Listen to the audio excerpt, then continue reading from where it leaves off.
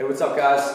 John here. Just want to go over some sprint mechanics with you guys today. Just go over some common things that I see and go over some things that you can do right away to increase your performance in your sprint, to improve your acceleration, deceleration, just to improve your overall mechanics and the efficiency of the movement. Running in general is just all about economy. It's all about getting in as little movement as possible, or in other words, using as little energy as possible throughout the movement, but also staying explosive. There's a big difference between a sprint and going on a run or a jog or a long distance, whatever you want to call it. I love doing sprints, but majority of sprints, especially in sports, is mainly just going to be acceleration. Very rarely, unless you're doing like a touchdown pass or something, or you're going all the way down the court with a basketball for a breakaway, you're never going to reach a full speed sprint, mostly because you're either holding on to an implement or you got other things going on in your mind. So I'm going to go over some of the basics that I know that I teach all my people, whether my youth athletes or just adults in my boot camp classes or strength classes.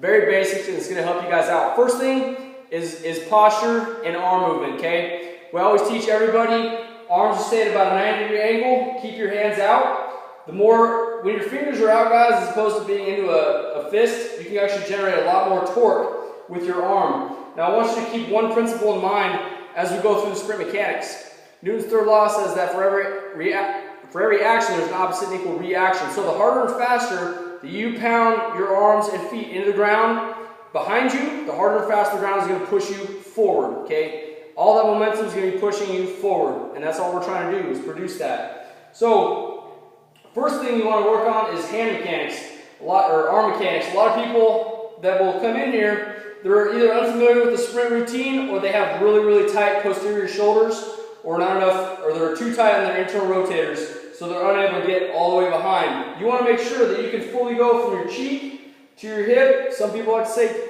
cheek to cheek, but cheek to hip, coming all the way up. Keep your, like you're putting your hand, putting your pistol away in your holster, coming all the way up towards your cheek.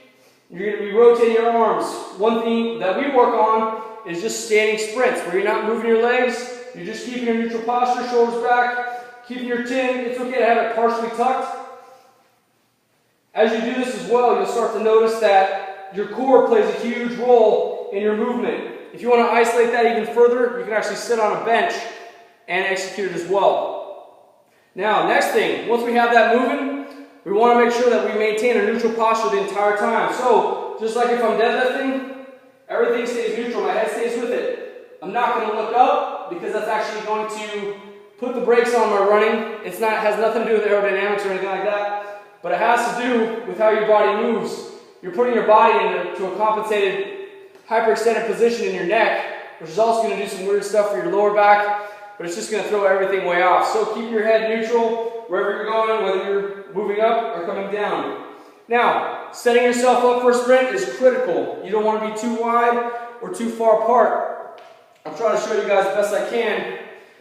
What I usually tell people is start out with your feet hip width apart, toes straight ahead. Start out with your non-dominant foot forward, keep it straight. Your dominant foot is going to go about a foot length behind that foot, and it's also going to be pointed straight ahead. It's not going to be out here, it's not going to be flared, it's not going to be out here as well. Now from here, you're going to take a slight forward lean. Your shoulders are going to be in front of your toes slightly. The back is going to be flat. Notice my head is neutral. Chin is slightly tucked. I'm going to have my opposite hand from this leg up at my cheek. The first movement I'm going to take is slamming that hand down. That's my takeoff. I'm reaching for my gun and I'm blasting off. Okay? The floor is kind of slick right now, but as I do it, from here,